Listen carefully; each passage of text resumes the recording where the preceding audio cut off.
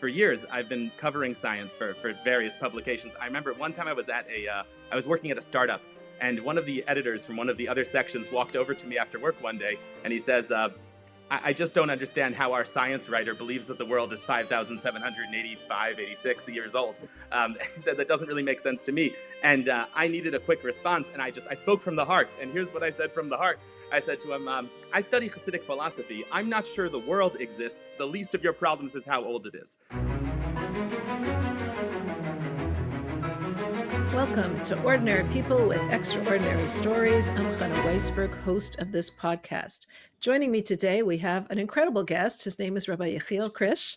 And Rabbi Krisch is a scholar, a rabbi, a scientist, and an award-winning journalist.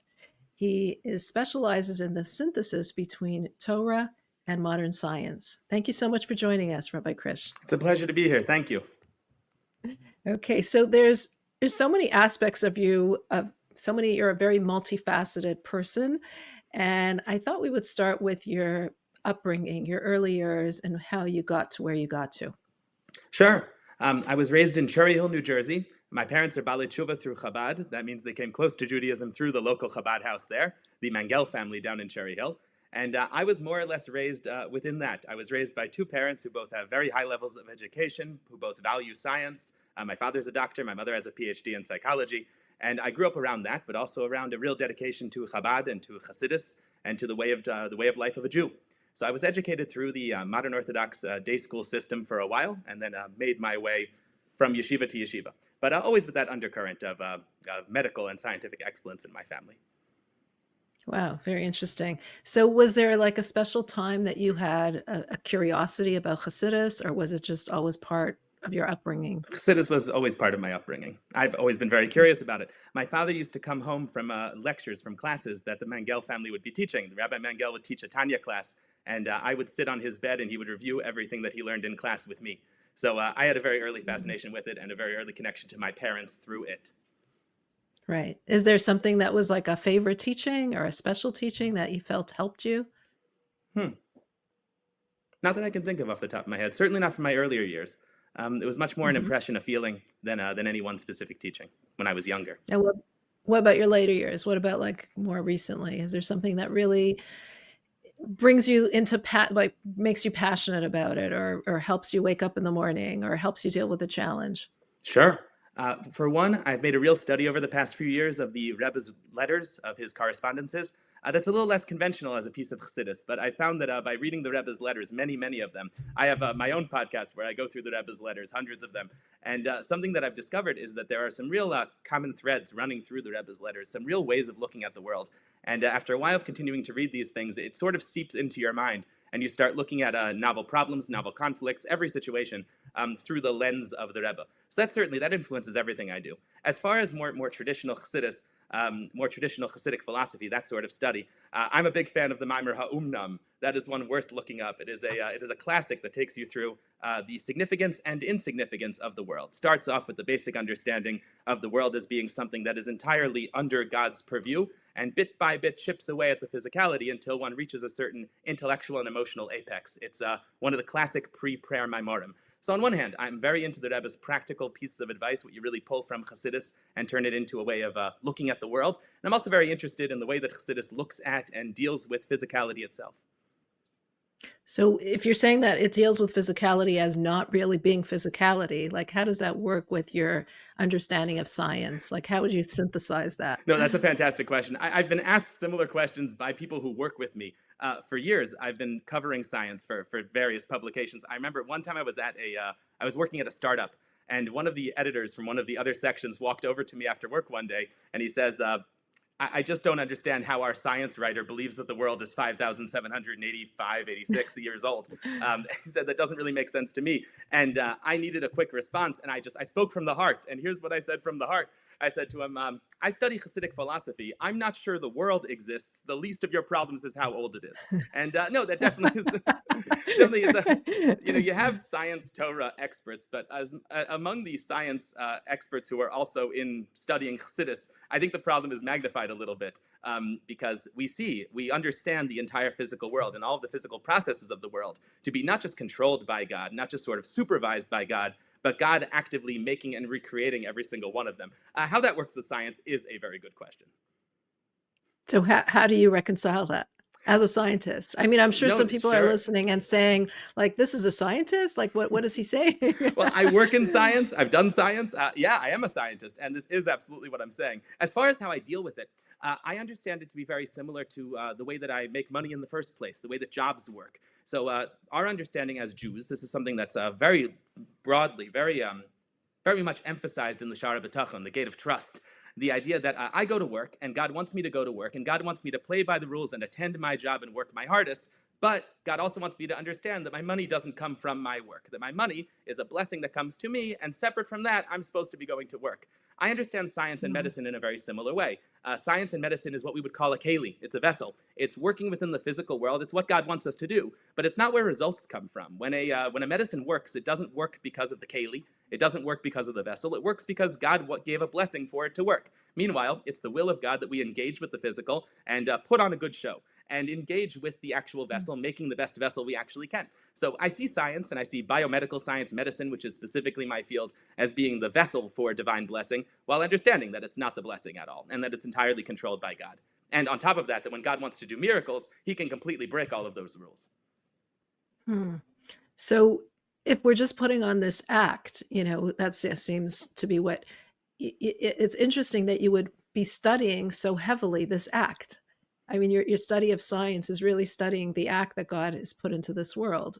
How does that help you to really understand God more and God's place in this world? Well, if the question is how you understand God and God's place through science, I would take that from a completely different direction. I was speaking more about how I view the science that I do. As far as using it as a tool for understanding God, that's one of its main purposes. I would argue it's its main purpose. God created science for us to use it in that way, to better understand him through it. This is how Maimonides describes the pursuit of science when it's done in a kosher way, as a way of coming to a deeper appreciation and understanding of God. When the Alter Rebbe is describing the act of ecstatic prayer, he says that there's an incredible mistake that's made by those who work for a living as opposed to those who study Torah. It's called the Tos Balei Asakim, the error of those who work. And that is that those who work assume that they can't pray as well as those who study Torah all day. And the Alter Rebbe says that's completely wrong. People who engage with the physical, they can reliably talk about the greatness of God, whereas those who study Torah all day don't always know what they're talking about. When we praise God for making these enormous mountains, or for making incredibly deep seas, the better appreciation you have for what is a mountain and what is a sea, the better your prayer is. And if you've never seen a mountain and you've never seen the ocean, you just don't pray that well. We say, Li kesef li azav nu Hashem, that all gold and silver belongs to God. If you're not involved in the economy, if you're not involved in economics, that rings hollow. If you're somebody who works in business, it means something. Given that a whole lot of our prayer is dedicated to glorifying the God who creates and recreates at every moment the entire natural world, my study of the natural world makes me significantly better at praying, or at least significantly better capable to pray. Question of whether one will do it is always an open question between you and your evil inclination. However, I certainly do believe that a scientist can pray better than almost anybody else because of their knowledge of the natural world.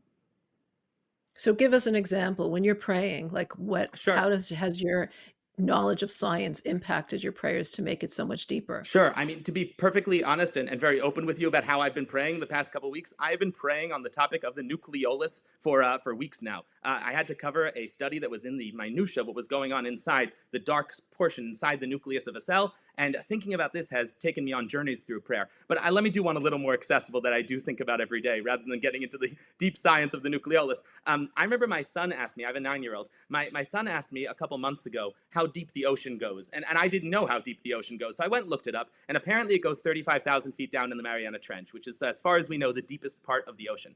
We say in the prayers, we say in our prayers at least once a day, I think twice a day, we mention in our prayers that God is the God of the incredible depths, of the depth of the ocean. One way to pray is to skim over that and go, God, you're really big, you control the mountains, you control the ocean. If you understand a bit about oceans, a bit about depths, a bit about what can exist down there, about what it means to have that level of pressure, when you meditate on the idea of there being a depth of 35,000 feet down, which is as high as an airplane flies high except downward, the incredible temperatures, in the inverse, the incredible pressures, the fact that God sustains life down there, if you pause at those words in prayer, as I have done on many occasions, and think through that entire thing from a scientific perspective, and then after that declare that God rules over all of that, it just hits, as the young people say, it hits different. The prayer is different. Right. It's a different prayer than saying God's the God of the depths and meditating on those depths before you declare God the God of them. And this is what I do as I pray with the science that I know and with the science that I study and learn, is I try to read it directly into the siddur. I try to read it directly into the prayer book. That's fascinating. Can you give us some more examples or another example of how you bring science into your life so much, into your faith, You mean outside of prayer? Or more or prayer in any examples? area? I mean, Yeah, in whichever. prayer, you talk about the heights of mountains. There's so much going on there to talk Right. about. So in prayer, it's the same theory over and over again. In my own life, how do I bring science into my service of God? Hmm. Let me think for a moment. In prayer, it's direct. It's so direct, the idea of bringing science into your prayer. I don't know that people can pray without a little science. I would, Wow. I So really, should we all be learning science? Should not we a, be learning like not a those? lot of it, but a little, sure. I think a basic understanding of the natural world is a prerequisite for ecstatic prayer. I really do. Not much, but there's always, if you're not wasting any of your time, if you're studying Torah all day, then I certainly don't think you should waste any of it on science if it's not your field. But if you are wasting your time on something else, I think the best time waster that there could be would be an understanding of the natural world that you can then use for prayer. But as Yeah. far as things outside of that, as a rabbi, one of my major areas of expertise, something that I answer rabbinic questions on, is medical ethics and medical Jewish law. And a lot of times, the questions that I'm asked require a background in medicine. And I would either have to reach out to somebody who understands these things better, which is what many rabbis do, or I can draw on my own knowledge in order to augment the answers to these sorts of questions, especially when it comes to things specifically like medical devices, for example. Sometimes a person is not allowed to go to mikveh with certain medical devices attached to them. Some medical devices can be attached to them when they're in a mikveh. My knowledge of how medical devices work, what can be attached and detached, and where exactly they are on the body and how they're attached and detached, informs my ability to answer questions regarding whether somebody can go to mikveh, take a ritual bath. So things like that. I do end up applying medicine and science to a lot of what I do. And this has always been my understanding of my role in medicine and science, is that if I'm doing something, it needs to be for God. I understand everything we do as being dedicated to God Almighty. So if I'm doing science and if I'm doing medicine, and I've been doing it my entire career, I'm always looking for opportunities to apply it. So fascinating. So do you like, how do you apply it all? How do you apply it in your work? What do you I'm, mean? I'm curious, like, how have you made your work, your career, so revolving around science? You didn't dedicate your life to just be a scientist. You dedicated your life to be a scientist who works within Torah, who works as a rabbi. Why did you make that decision? And how do you enact that? I wish I had a better answer to why. I don't see another option for a Jew. I don't know how a Jew goes through life and doesn't apply everything that they have and everything that they do to the only thing that matters, which is the service of God Almighty and the Torah itself. I don't. I didn't know there was an alternative. I'm still not aware of one. I reject the possibility of an alternative. So my Ha- why, I don't have much to say. Please. has this always been your, like, your attitude and your perspective? Was there a point in your life that you were at a crossroads where you weren't sure where to pursue as a teenager, as a younger person? Was there ever, something that was pulling you in a different direction? I certainly was pulled in different directions, sure. Not directions away from that big goal. The idea always was that I would do something professionally and that I would apply it entirely to the service of God. That was always the deal. Those were the principles I was raised with, and also the principles really that I was raised with through Chabad itself. There's a book that's been translated into several languages, including into English. I think in English they call it the Lubavitcher Rabbi's Memoirs. And in Hebrew, it's called the Sefer Zichronis. These are the memoirs of the Rebbe Rayatz, the previous Lubavitcher Rebbe. And he just tells stories. It's story after story after story of what it was like to live in the shtetl. But there are some themes that are the undercurrents of every story where you can tell he's pushing a message. And I think one of the most coherent messages that comes out of those stories is the value of working by the labor of your hands, the value of having a job, of working in the physical world, perhaps in a profession that people don't necessarily think of as inherently Jewish, a blacksmith, a shoemaker, a science communicator, and dedicating all of your energy to God. So that idea was given to me through Chabad. That idea was given to me through my family. That was always there. But other directions, sure. At one point, I thought I was going to be a doctor. I was training in biology, and that's sort of a natural direction from an undergraduate degree in biology.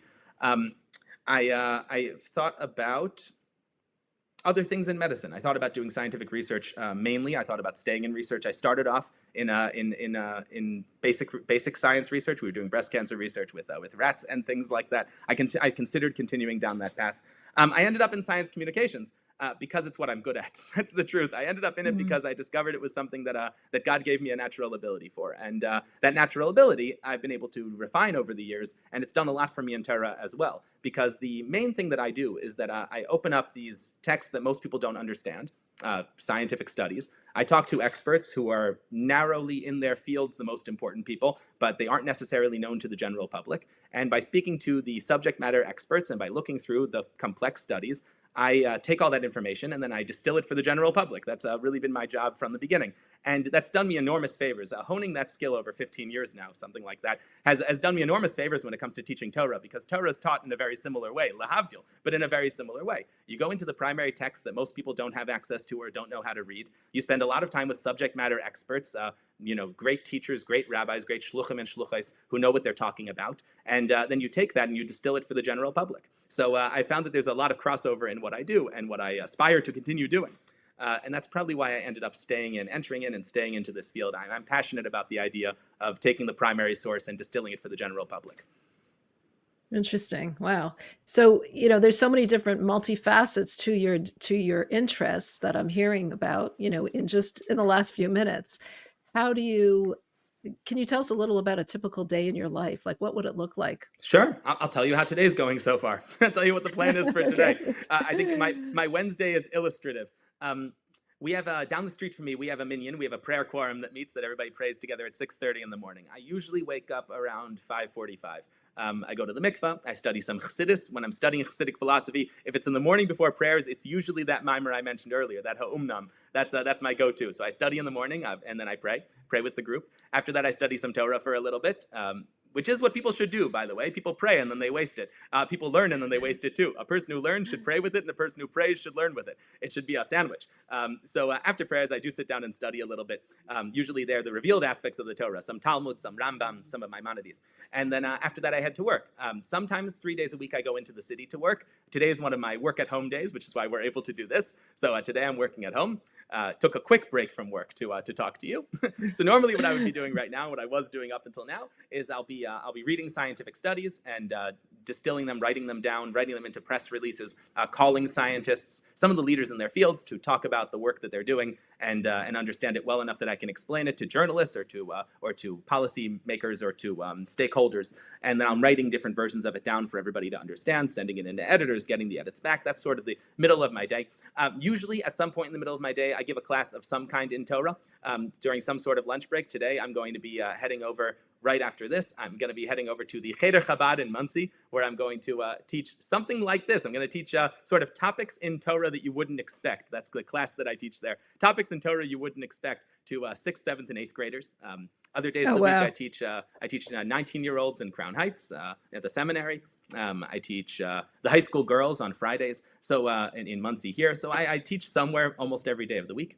Continue my work, and then when I get home, I spend some time with my kids. I have a mincha, I have a mariv. Usually there's a shir to give at night, and then back to it all over again. And I understand you have a quite a large family as well. With God's help, yes. 5 kids. The oldest one is 9. Beautiful. The youngest one is 2. So. Wow. So an active family life. So that sounds like wearing a lot of different hats in the day. How do you keep changing from one hat to the next? You start by having a very good wife. That's the beginning, is that a lot of those hats are worn by her. She wears the most difficult hats. Besides that, a schedule. There's an expression, a chassid is a mesuder, which means that to be a Hasidic Jew is to be an organized person, and it doesn't really work otherwise. I think part of the wisdom of that is that the Hasidic lifestyle, when done right, requires more hours in a day than you have, and it just doesn't work if you don't keep a schedule. Taking not dipping my toes into things I haven't planned to in advance is definitely a strength. There was a period of time where I said yes to everything, and I appreciated that. And I think people who I said yes to appreciated that. But then I had to say no to all the people I'd already said yes to because I ran out of time. I've discovered that an orderly lifestyle is the way to get things done, however much my personality pushes against it. Now I know why it took so long to get this interview. That is the truth of it. That's the truth of it. Right. Wow. Well, I'm very happy to be here. Thank you. We're very happy to have you. So tell us a little about your journalism work. I know you received some awards in your work in journalism. Tell us a little about what you do there. Sure. I haven't done strict journalism for about 5 years, where I started working more in institutional communications.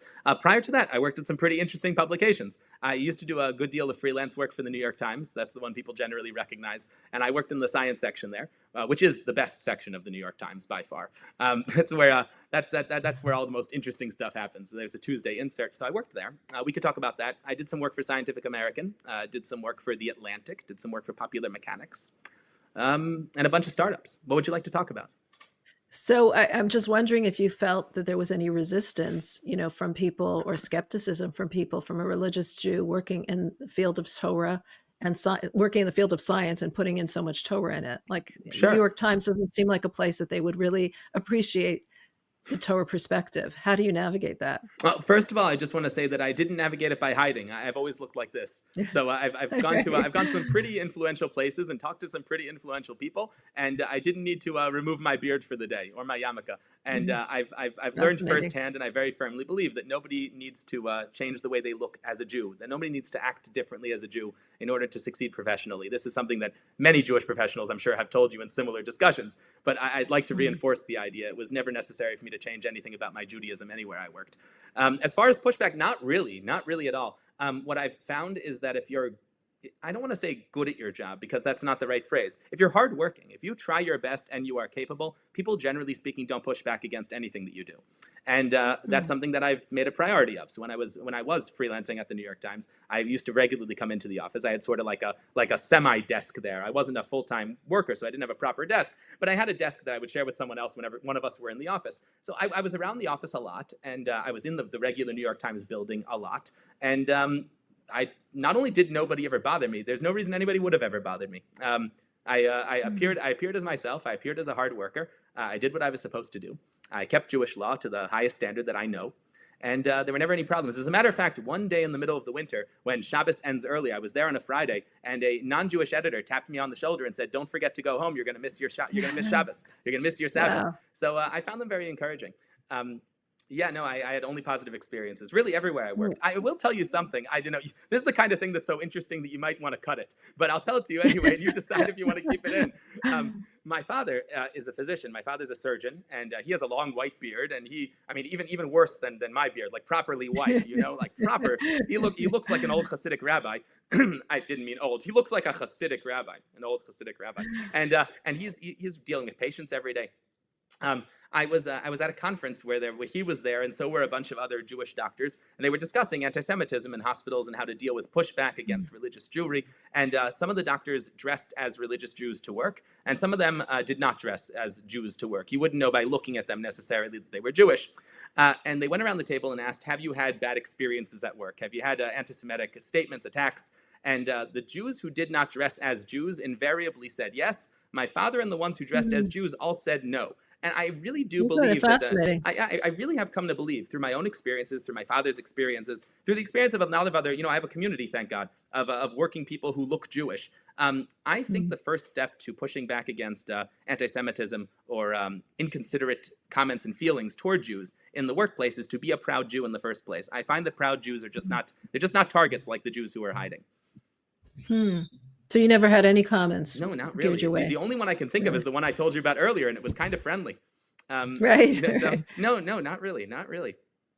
And what about pushback in terms of bringing God into science? Like if you're writing a science column, do you bring God into science? Well, that's the thing. I don't particularly bring God into science when I'm writing a column. Only because that's not Hmm. the assignment. When I'm thinking about it, Hmm. that's how I'm thinking about it. So if I'm studying Hmm. something, I'm banking it for how am I going to use this for God and Torah. But the assignment is to describe a piece of a cell. I'm going to write about a piece of a cell. I'm not going to put in at the bottom, by the way, by Yechiel Krisch and God. Um, Right, but right, I do right. suspect that I suspect very strongly that because this is what's going on in my head, it seeps into my writing. I suspect that my Hmm. writing has in it an appreciation for God Almighty who made what I'm writing about. But I don't specifically attribute anything to God in my writing. That you're right. I'm not sure how well that would go in the workplace. Hmm. And what about with your fellow colleagues, like with fellow scientists? Do you ever have discussions about God and how you see God in science? Well, I have And is some. there pushback or resistance? Even if there was pushback or resistance, I don't think I'd care. I don't want to How offend would you anybody. respond to it? I'm saying I don't want to Right. offend anybody. I don't want to upset anybody. But if in a normal conversation I mention God, that's who I am, right? I don't think people generally police their personalities unless what they're saying hurts somebody. And I would never say it in a way that hurt anybody. But if, for example, when people ask me how I'm doing, I always say thank God. I don't think that raises alarm Mhm, bells. And if people ask me what I'm up mhm, to, and I talk about the fact that my entire life in and outside of the workplace is dedicated to God, I don't find that really rubs anybody the wrong way.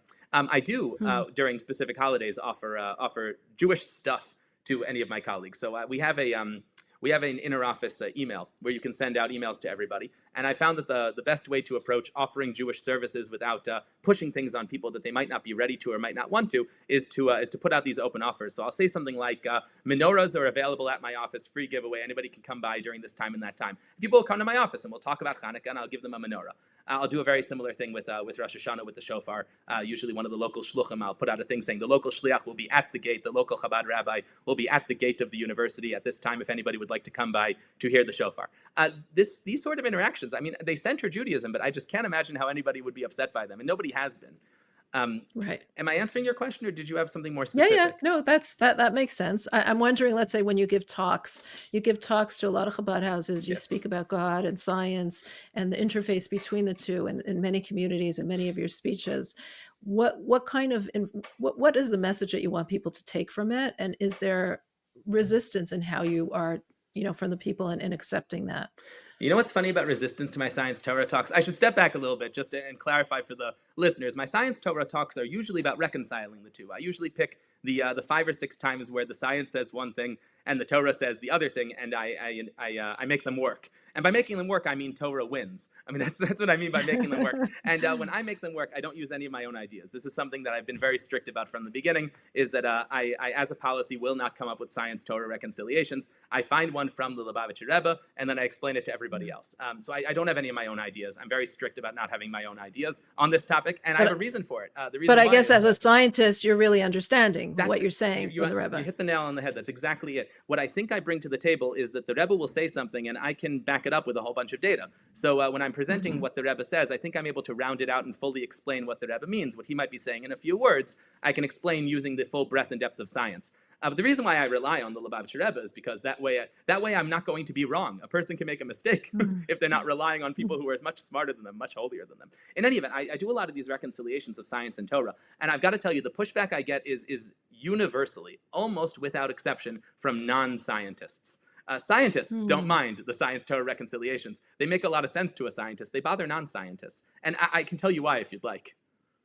Please, Yeah, yes, the sure. reason why is because the truth is science and Torah never really are in conflict because science and Torah speak completely different languages. Science is the best available evidence. That's what science is. There's no such thing as scientific truth. There's no such thing as scientific proof. Science is never done. Otherwise, I'd be out of work, and so would a lot of other people. And every good scientist approaches science as possibly wrong and subject to revision. That's the idea of science, is that what I have up until now, I'm not taking for granted. I'm going to test my hypotheses. The entire idea here is that science is a work in progress where if you give it enough time, it is very likely to eventually arrive at the truth because it keeps on trying to arrive at the truth. If you keep on spinning the dice, Mm. eventually you end up with the right answer. That's the theory of science, is that we mount evidence and then move toward truth. Torah just is truth. When God says he made the world in 6 days and rested on the seventh, he did that. If science doesn't say that yet, that's because the best available evidence has not found that yet. It's not because science and Torah disagree. So right now, the best available evidence, I'm very willing to tell you, the best available scientific evidence is that the universe is 13.7 billion years old and that the planet is 4.5 billion years old. But it's not right. The truth is that the world is 5,786 years old. I know that because God who made it told me that. Why is that? That's not at odds with science, though. That's at odds with the current theory in science. That's at odds with where science has arrived so far. I believe if you give science time and keep on doing great scientific work, you'll arrive at the same conclusions as the Torah. It just takes a while. Science is the long way. Knowing it already is the short way. I believe that science is the single best way that humans have ever figured out, have ever discovered, of figuring out an unknown. But the things in the Torah are not unknowns. That's God telling us what he did. Those are not unknowns. If the best available evidence points to something that we know is wrong, we go back into the science and keep on running those trials. We need to keep running the trials. So when I tell this to scientists, scientists all nod. That's something that every scientist understands. We're not knocking science at all. We're not taking away the legitimacy of science. As a matter of fact, we're encouraging more science. Keep on doing what you're doing, and we believe very firmly that you're going to arrive at the correct answer. Just you keep on going. Tell a non-scientist this, it drives them crazy. People who aren't trained in this particular field, they understand science to be the conclusion, which it isn't. And they go, how dare I take my religion and fight against a conclusion? That's not how scientists view things, but it's how everybody else does. So I find myself spending a lot more time trying to explain science philosophy to non-scientists than Torah philosophy to scientists. Very interesting, fascinating, very good point. On the other hand, though, I mean, someone would argue that what you're saying, that Torah says the world was created in 6 days, and how old the world is, you're taking that as a fact, whereas that's really a belief. I don't think it's a belief. I think it's a fact. Okay, you believe that fact. It's not. It's really not. You know, belief is I guess special. I guess it's nice to have a religion, but I got to tell you, our people for 3,500 years, for 3,500 years, our people have lived and died by this book. It's not just a religion. It's not just a service that we attend on weekends. This is our life. Kihem chayenu v'arech yamenu. This is the life and the length of our days. It's not a belief. What the God says in the Torah is fact. God is real. The Torah is real. Moshe emes v'sarasa emes is something we say over and over again. God is truth and Moses is truth. These are facts. And as a scientist, I take that into consideration. If I have a fact already, I don't need to collect evidence for that fact.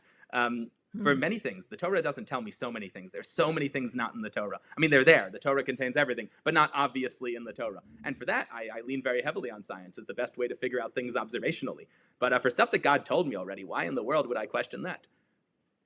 So what about someone who doesn't have that belief yet? How would they come to these conclusions? How would they get to there? I told you I'm a big fan of the Rebbe's letters, and there's a number of letters where people write to the Rebbe that they don't believe, that they're having faith questions, they're not sure about their faith, they're not sure they believe in Torah. And I collected something like 20 or 30 of these, and the Rebbe gives the same answer across every letter, and it really has influenced my thinking as well, so I'll share that one with you.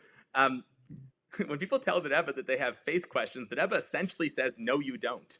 I'm paraphrasing, but the truth is the Rebbe will write back, you're an inheritor. You are the child of Abraham, Isaac, and Jacob, Sarah, Rebecca, Rachel, and Leah. Your faith is something that is inherited. Your faith is inherent to you. The evil inclination of a Jew can push them in negative directions, but that's not an inherent one. It doesn't naturally come to a Jew that they wouldn't believe in God and Torah. That's alien to what a Jew is. If a Jew believes they don't believe, they've just gotten a little bit confused, but that's not who you are. The truth is, every single Jew believes in God and Torah for the very large reason that they are part of it. The Torah is our book, and inside ourselves, inside each of us, we have a godly soul, which is a literal piece of God. You can't not believe that you exist. You are the thing that you're questioning. When you go back and question the premise, a Jew does not actually have a faith problem. A Jew can't have a faith problem. A Jew can have a distraction. A Jew can be confused. And when a Jew removes the parts of them that are not true to themselves, and a Jew acts like a Jew is who they really are. When you look in the mirror and you really see yourself, that particular problem goes away, not the other ones. You might still be an angry person. A Jew can be authentically angry, and they're going to have to fix that. A Jew can be authentically into eating too much, and they're going to have to fix that. And Jew is never authentically questioning faith. That's not something a Jew does. It's not what we are. That's inauthentic to us. When a Jew understands that's inauthentic to us. So if a person has these questions, should they just squash them? Like, what should they do with these questions? Honestly, I think they should squash them. I don't mean it that way, though. When I say squash them, I mean two things. Number one, if there are things that can be moved out of the way, they should talk to a trusted mentor who can help move their problems out of the way. A lot of what we do in the reconciling of science and Torah is there's a letter where somebody writes to the Rebbe saying that they can't be religious. They just can't absorb the Jewish lifestyle because of dinosaurs. I wish I could be religious, but dinosaurs. Okay. That's the way they write to the Rebbe. Right. And the Rebbe writes back, let me get dinosaurs out of your way using two logical arguments that will reconcile dinosaurs with Torah, and after those arguments are out of your way, I expect you to act like a Jew. So if a trusted mentor can get some of the problems out of your way, it's certainly worth talking to a trusted mentor. But I'll tell you the truth, in most cases, in really most cases... Well, now that you brought up the dinosaurs, Sure. Could you tell us how? Sure, but make sure I get back to that one, right? So, yeah, okay. You want dinosaurs in the meantime? Let's do Sure. dinosaurs. I mean, just right, the Rebbe as has a footnote, right? Very quickly, two approaches to dinosaurs that Rebbe brings up. And remember, he doesn't have a favorite. The point here is to say that there are two ways to logically reconcile dinosaurs with Torah, and you can use whichever one gets the problem out of your way, because the job of a Jew is to be a Jew, not to spend their life, wiggling around dinosaurs and Torah. I will just begin by saying dinosaurs are awesome. They just are. I'm a big dinosaur fan, so I'm a bigger fan of one of these two arguments than the other, but they both work. Argument number one is that dinosaurs lived and died before the flood, before the biblical flood. The problem with that is that it takes about 100 million years to fossilize, to do permineralization. And we don't have 100 million years to make dinosaur fossils, to turn a bone into a rock. To permineralize, you need about 100,000 years or more, and we have 5,786 years. The solution to this is that it's almost true that you can't fossilize things very quickly. You can fossilize things very quickly if you have a couple conditions. Number one, you need a lot of water. Number two, you need a lot of heat. Number three, you need a lot of minerals. Silicates are ideal. And number four, you can need a whole lot of ground moving from A to B, moving things around a lot. If you take all of that together, you can fossilize things almost overnight. The fossilized, what do they call it? The Arizona petrified forest. The petrified forest in Arizona has fully fossilized trees, which means there's no organic matter left. It's just rock models of trees. And scientists suspect that happened over the course of a couple days, weeks, years, very, very quickly, because there was a lot of volcanic ash mixed with a lot of water. And when you put all that together, you have all the ingredients you need to rapidly fossilize. The biblical flood has all of those ingredients. First of all, there's water everywhere, but in addition to there being water everywhere, there's incredible heat. The Talmud tells us that the water was boiling or near boiling, and that the reason it got so hot was because of subthermal venting, that underneath the ground, these vents released heat, and we know, see, this is where science helps. We know that when underground vents in the ocean release heat, they release an enormous amount of silicates, just the kind of stuff that you need to fossilize rapidly. So one possibility is that you had dinosaurs before the biblical flood, and they died then, or they died before. The flood fossilized them rapidly, and therefore the fossils appear to be much older than they actually are. We have a good deal of experience with things like this. There's a lava flow in Hawaii that we know is only 100 or 200 years old, but when we do radiometric dating of it, it appears to be significantly older, on the order of hundreds of millions of years old, even though we know it's not that old. And that's because of those sorts of things. Cataclysmic events can mess with your radiometric dating. They can mess with your fossilization. So one possibility that Rebbe says is that when you take a look at how radiometric dating works, and if you take a look at how fossilization and permineralization works, the flood has all the ingredients to really mess with your numbers. Could be dinosaurs were around more recently. Another possibility, I like that one. That's the one that I like, because that gives me dinosaurs. The one that I'm less fond of, but it's also an approach that can move the problem out of your way. Scientists like this one better, generally speaking, is that we have a principle in science. Just because you see a bone in the ground does not mean that it was once attached to a living thing. See, non-scientists don't like that one at all. They go, what do you mean? I've never seen a bone that wasn't once attached to a living thing. And a scientist would agree, we never have seen that, but that's not how science works. We don't say that everything we see must be based on the thing that we've seen it associated with. We're open to the very, very, very, very, very slim possibility that you can start with a bone sometimes, that sometimes the ground just makes bones. Now, what are the odds of that? I'd say pretty slim. What are the odds of cells making themselves? Also pretty slim. What are the odds of a lot of things making themselves, right? So scientists won't rule that out. So the Rebbe says, if you're as comfortable with that approach as another one, who says that just because we have fossils in the ground, they were once attached to living things? And that is, believe it or not, a more scientific answer than the first one, but less accepted on the surface. Yeah.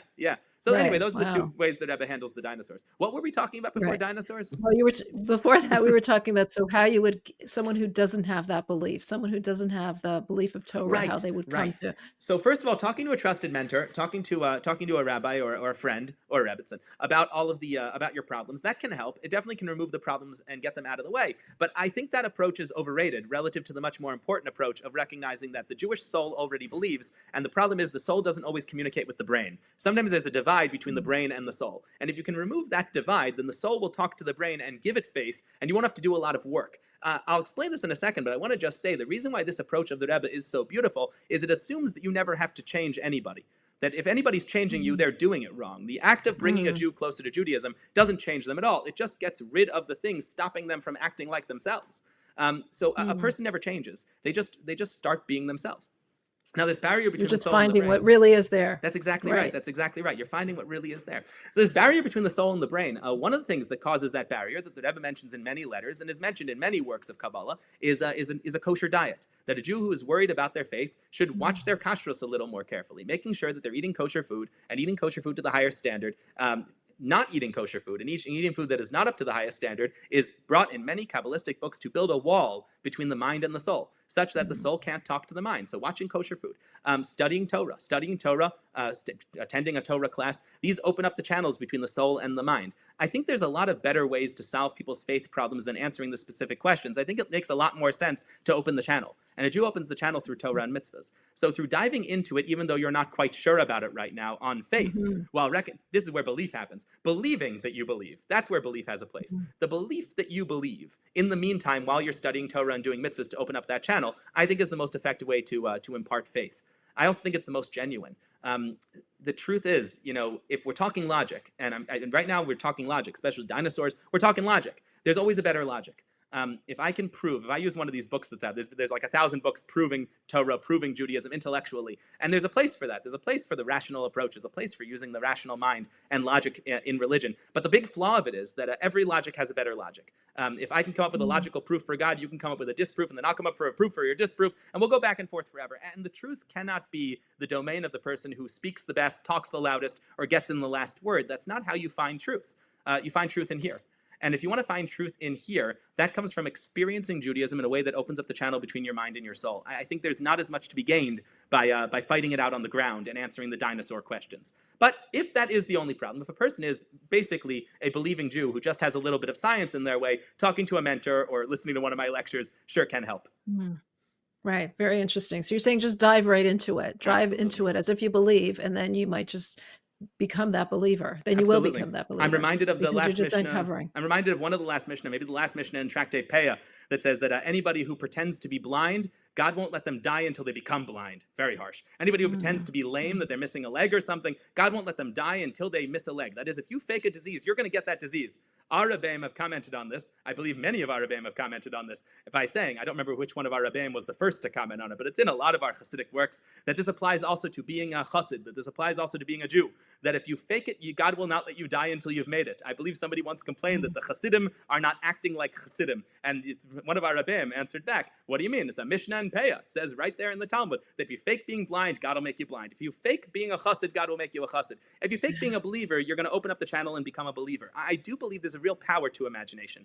The Frierdiker Rebbe, the Rebbe Rayatz, previous Lubavitcher Rebbe, talks about the Kayach HaDimyon, the power of imagination. It's a major theme in Likutei Diborim, in his work Likutei Diborim, how Jews can arrive at incredible heights through initially imagination that is later unsubstantiated. I do want to just say, imagination by itself isn't good enough. The reason why the imagination works is because there's reality beneath it. If you imagine something and there's no substance to it, it floats away. But if you really are tired and you close your eyes, you'll fall asleep. And you really are a Jew. So if you close your eyes, if you go through the motions, you really will be a Jew, because the truth is beneath the imagination. I'm not advocating, God forbid, an imaginary Judaism. I'm advocating a Judaism where you're already there, just missing the feeling, and that the feeling is acquired initially through imagination. And yes, I think that's without a doubt the most powerful tool in the toolbox.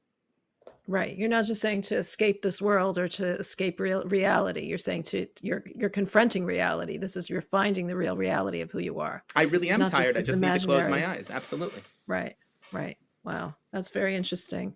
I want to go back to something you spoke about in the beginning. You said that you start your day off learning the Hasidic Mimer, which talks about how the world is not really a world, how we're just really acting in order to make a living. We're acting it out. The world feels like it's a world, but it's really God who's holding the strings behind it.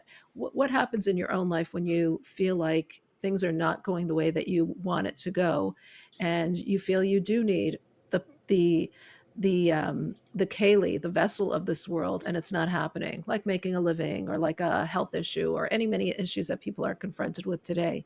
How do you deal with that on a personal level? I ask myself two questions. Number one, check the keli. I check the vessel. You do have to put in effort. God doesn't like it when you don't put in effort. So I do check to make sure that I've put in the correct amount of effort. And when I say correct, that works in two directions. It's possible that the blessing is being blocked by my putting in too much effort. A person who puts in too much effort is showing that they don't believe in God, that they don't trust in God, and that itself, too much of a good thing can also clog the drain. It is entirely possible that I'm trying too hard, and I've abdicated my trust and faith in God and given it over to my business or given it over to my own power. And it might be time for me to actually dial back my vessel. That's one possibility. It's also possible I haven't put in the effort. A Jew is supposed to put in the effort. But after checking on my vessel and making sure I'm putting in just the right amount of effort, which, just to throw this out there, I've, through reading Chabad.org, my current conclusion, which is subject to change, is that just the right amount of effort in anything is what the average person would do in that field. So what does the average person's workday look like in your field? What's the average medical advice for this particular claim, for this particular disease? I think that's what the vessel looks like, the average. So am I doing the average the way I'm supposed to be doing the average? But then, assuming the keli's in order, I've got to look at every other aspect of my life and ask myself, am I serving God with all of my strength? And if I find that I'm not, I'm going to try to repair that there. The truth is, the real answer is usually the vessel is okay. Usually the service of God is also okay. Usually it's the will of God right now, and this too is good. And that's something that requires, regular meditation, regular thought about God Almighty, regular study of Torah to wrap your head around. But we don't believe that there is such a thing as bad. We believe that there's good and good that I don't notice. I might shore up my vessel, and I might shore up my own service of God so that God will give me good that I notice. But reflecting on the fact that good is good whether or not I notice it, and that I'm a limited person who does not always notice good when it's there, is not only helpful, it's also true. I will just say, before I end this particular soliloquy, that that's what I do, and it's forbidden for me to do that to anybody else. I saw in one of the letters from the Rebbe Rayatz, from the previous Rebbe, that there can be a kind of trust in God that is treif. There's no such thing as non-kosher trust in God. What does non-kosher trust in God look like? When you take that principle and you apply it to somebody else. You see somebody else who's having a bad day, who's not making money, who, God forbid, is sick or having a problem with their children, and you say, well, must be you're not working hard enough. Oh, must be your service of God isn't what it's supposed to be. You know what you should do? You should trust in God. Have you thought about trusting in God? That's not how we talk. When somebody else is suffering, we cry out to God and say, God, please help them. We do whatever we can to actively help them. We break through the major limitations of vessels and give them more help than would be the natural order. That's how we deal with other people's problems. But as for how I deal with my problems, I'm not as generous with myself. I start by trying to diagnose it. I want to figure out what's going on. And if I can't figure out what's going on, I trust in God. Very interesting. You seem to be a person who has like all the answers. Everything has a right answer. Is there anything that stumps you? Is there any challenge that you have what would you say is your biggest challenge in life? I have a million things that stump me. I'm just fortunate that I usually don't get asked them. When I when I do, I sound a lot less coherent. I think at this point, as humbly as I can, I think at this point I have the answers to most of the most frequently asked questions. That I can say, yeah. But I got to tell you, no. I stump myself, and others stump me 100 times a day. Thank God. Otherwise, life would get very boring, right? If I did ever figure out all the answers, I don't know what I'd do next. I'm very glad that I haven't and won't. When I am stumped, I call somebody smarter than me. That, by the way, is not what you asked. You didn't ask for my advice. But if you find a question you don't know the answer to, you find somebody smarter than you. And there are so many people smarter than me. And they answer their phones. It's amazing. So I call when I don't have answers to things. What really gets me? What am I still stumped by? A personal challenge that you face. A personal challenge. I mean, that one's easy. A personal challenge is easy. There's so many of them. But one personal challenge that I definitely still grapple with all the time is actually what we've been discussing this entire time. That is that I'm a working person. I work in the physical world. And I told you that I believe and I remind myself constantly that God's running the entire physical world. But at the same time, my head is in it. And remembering to remind myself that God's pulling the strings is honestly a constant daily act. It's a constant daily avoda. It's service of God. It takes a lot of effort. And there are definitely days where I go through my day. I bet you there are weeks where I go through my week and I think I'm in the driver's seat, and I think science that I'm doing is in the driver's seat, and I start trusting the medicine, and I start trusting my work, and I start trusting my incredible writerly skills. And I really think I'm something. And I very frequently get a friendly little slap from the heavens when I do that. God is very kind about reminding me that I'm not as great as I think, and that the science that I'm doing is not as accurate as I think, and that He runs the entire world. So I'm not looking forward to any reminders, but I will tell you, I definitely struggle with that. I think anybody who works in a field where you see so much cause and effect, where I do something and it causes something, that's very much, science is a cause and effect field. And I'm also kind of in the arts. I write things, and my writing is hopefully good, and then people appreciate it. So I'm in a cause and effect field where I do things, and because I do things, it appears that I get results. Reminding myself that my writing is not what makes me succeed, and that the science has a cause and effect, but that's just the sort of clothing that God's blessing wears. That's a daily task. It's difficult. At least it's difficult for me. I work on it all the time, and I'm not there yet. Mm-hmm. And something that stumps you, a question that stumps you, or you don't want to share that? No, I have plenty of questions that stump me. I just don't have one off the top of my head. Okay. Okay, that's good. I can go down that same road. I'll tell you a question that stumps me that actually this past Shabbos, somebody gave me a really good answer to it, but I'm still deciding whether I like their answer. I still think the question's stronger than the answer. We've been talking a lot about trust in God, and just what God can do for you, and the fact that God knows what's good and God takes care of everybody and always does what's good. Something that I've studied the Chabad.org, this gate of trust, a few times through. We have a group. One of the classes that I give is a weekly discussion on Chabad.org. So I've been through the book a few times. Something that really does still stump me to this day is that it's very clear that God wants me to ask for what I want specifically.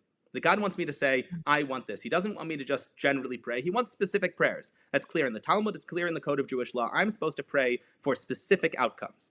And it's also very clear that God knows what specific outcome would be good for me better than I do, which means that I'm never really praying for the thing that makes the most sense for me to pray for, right? If I tell God that I would like success in my job, and God happens to know that I would have more success in another job, it would make a lot more sense for me to say, God, I'm praying for job, and just leave it nice and vague and let Him do the work. Why exactly I'm supposed to be praying for specific things when it's very clear that my specific prayer is not as informed as what my Father in heaven will do for me is a question I'm still working on. I'll tell you, somebody I was in the yeah. And yet, when you're praying for, let's say, a shidduch, a match for somebody, to find your match, you're not supposed to say that you hope this particular one will work. You're supposed to say you hope you find your true intended match. Absolutely. Right? So my question is why we don't do that across the board, right? Right. It seems to me that would make a lot more sense, but I know that it's wrong. I know we're supposed to specifically ask for things. So reconciling those two has been difficult for me.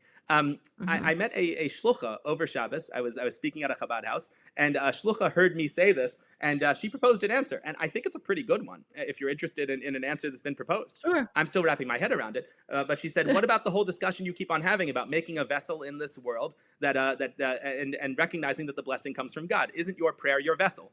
So I recognize that my prayer isn't supposed to be precise and isn't actually causative, but God wants me to go to work, and God wants me to take my pills, and God wants me to pray even if it might not be the smartest prayer, and He fills in the blanks. I thought that was a really smart answer. Interesting. Very interesting. Can you share with us any dreams or goals for your future? I'd like to teach a lot more Torah in a lot more places. That's the thing I think about most of the time. Thank God at this point, I think my calendar for the next 4 months, I think I'm away every Shabbos for the next 4 months somewhere teaching Torah, which is just the most incredible gift. But I'd like to do a lot more of it.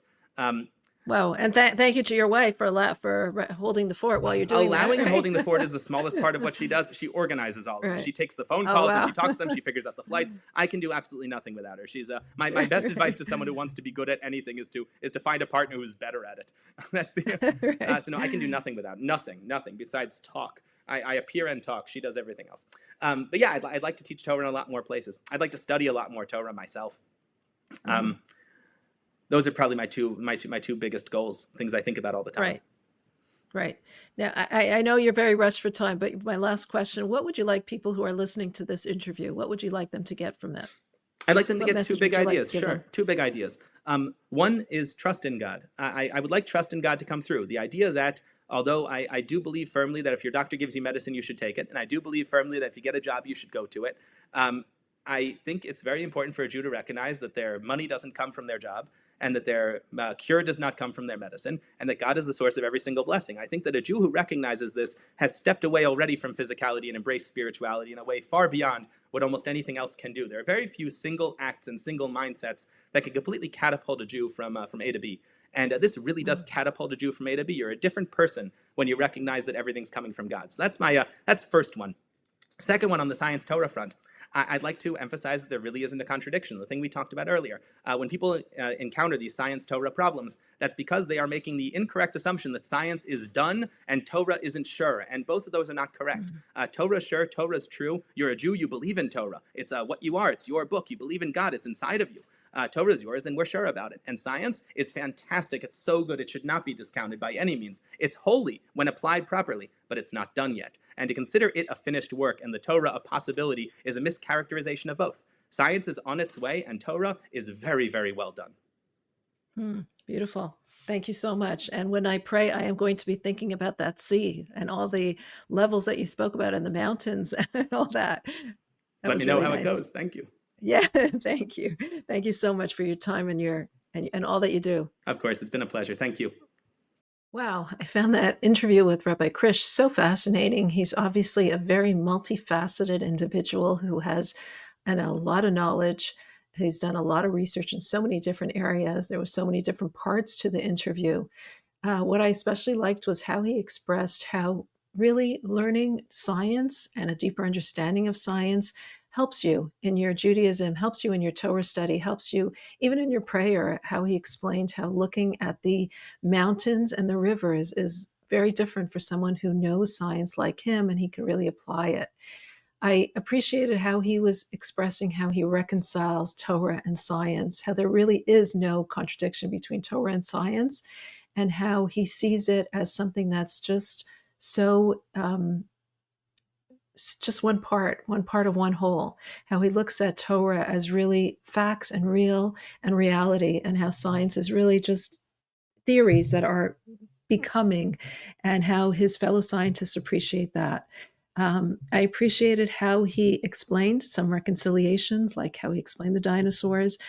I also found it very interesting to hear from him how he, as a religious Jew, approaches people and situations where he comes to the New York Times or to the other places where he works with other scientists and journalists as a complete religious Jew. And when he feels that pride of being a religious Jew, there is no resistance, there is no comments, because when people sense that pride in you, they feel it as well. I also really appreciated how he said how no Jew really doesn't believe, how really it's deep down within us. And he quoted this from the Lubavitcher Rebbe, and really we all believe, and it's just a matter of removing those blockages, those things that are blocking between the brain and the soul, or between the brain and the heart and the neshama, the soul of every Jew. And really, we don't need to necessarily reconcile those differences as long as we just jump into it and really act in the way that we believe. The belief then becomes to the fore, and it becomes so obvious that this is who we are. If you enjoy watching these interviews, and I hope you do, I hope you are subscribed to Chabad.org/extraordinary. Leave us a comment. Tell me what you liked about this interview. Tell me what you gained from this interview. I'd love to hear it. We love to read all of your comments. If you're watching on YouTube, please make sure that you are subscribed. Leave us a comment there. Give us a like. We love to hear from you. Thank you so much for watching and for being part of this extraordinary community.